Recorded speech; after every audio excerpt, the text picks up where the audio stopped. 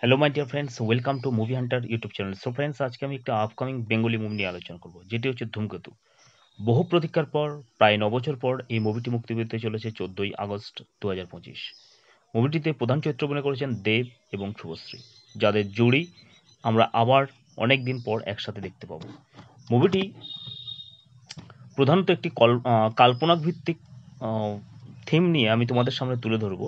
সেটি হচ্ছে উত্তর সিকিমের একটি পাহাড়ি চা বাগানের ভোরের হিমেল বাতাস বয়ে চলেছে, একটি প্রাকৃতিক পরিবেশ। পাখিরা ডাকছে দূরের গাছে। সেখানে হাঁটছেন এক মধ্যবয়সী লোক, গম্ভীর মুখ, ক্লান্ত চোখ, আর চোখে মুখে অভিজ্ঞতার গভীর ছাপ।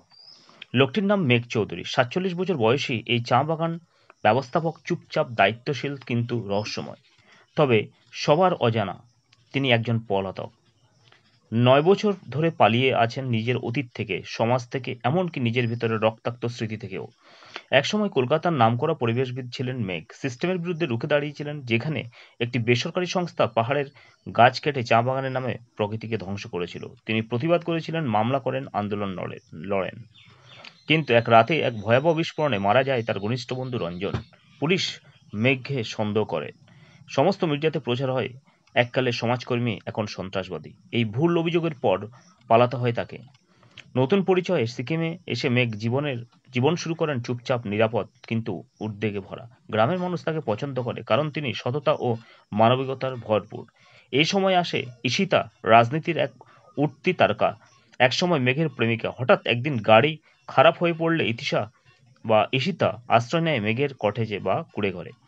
দুজনে চিনে ফেলেন একে অপরকে। ঈশিতার অভাব, তুমি তুমি তো মারা গিয়েছিলে। মেঘ শান্তভাবে বলে, মৃত্যু আমাকে খুঁজে বেড়ায়, আমি শুধু পালিয়ে বেড়াই। ঈশিতা এখন প্রভাবশালী, সে বিশ্বাস করে মেঘ নির্দোষ। সে চায় মেঘ যেন আবার সমাজে ফিরে আসে, নতুন করে লড়ে।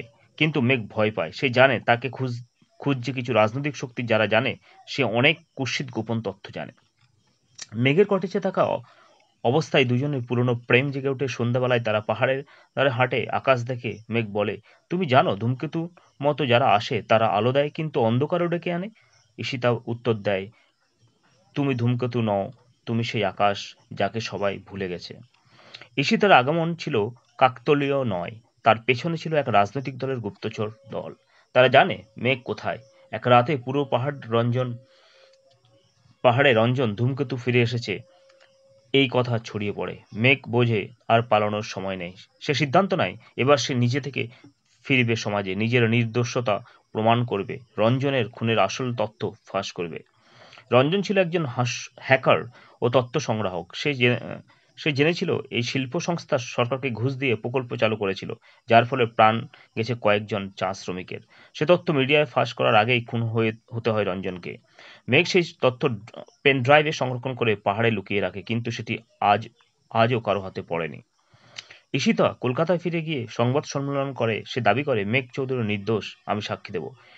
একদিকে মিডিয়া, অন্যদিকে পুলিশ আবার খোঁজ নিতে শুরু করে। মেঘও প্রস্তুত হয়। সে বেরিয়ে পড়ে, পাহাড়ের কোল থেকে পুরনো পরিচয়ে ফেরে।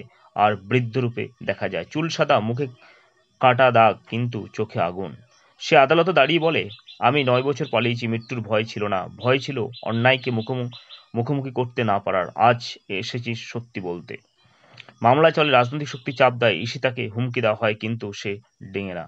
সর্বশেষ মেঘ এই গোপন পেন ড্রাইভ আদালতে জমা দেয়, যেখানে প্রমাণ রয়েছে কাদের নির্দেশে খুন হয়েছিল রঞ্জন, কিভাবে তাকে ফাঁসানো হয়েছিল।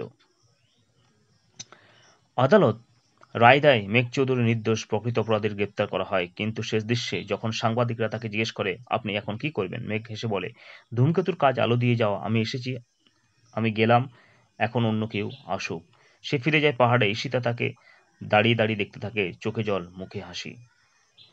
পাহাড়ের ধারে এক বৃদ্ধ মানুষ বসে চায়ের কাপে হাতে, পাশে বসে কিছু ছেলে মেয়ের সাথে গল্প করছে। একজন লোক ছিল, সমাজের বিরুদ্ধে লড়েছিল, হারেনি। মেঘ তাদের দিকে তাকিয়ে হেসে বলে, সত্যি কোনোদিন হারায় না, হারায় শুধু যারা সত্যকে চায় না। পাহাড়ে সূর্য অস্ত যায়, আকাশে দেখা যায় এক ধূমকেতু, এক উজ্জ্বল ভয়হীন অগ্নিরেখা, যা অন্ধকারকে ভেদ করে আলোয় ছড়ায়। সো বন্ধুরা, এটি একটি কাল্পনিক কল্পনা মাত্র। আপনারা মুভিটি সিনেমা হলে গিয়ে দেখবেন প্লিজ।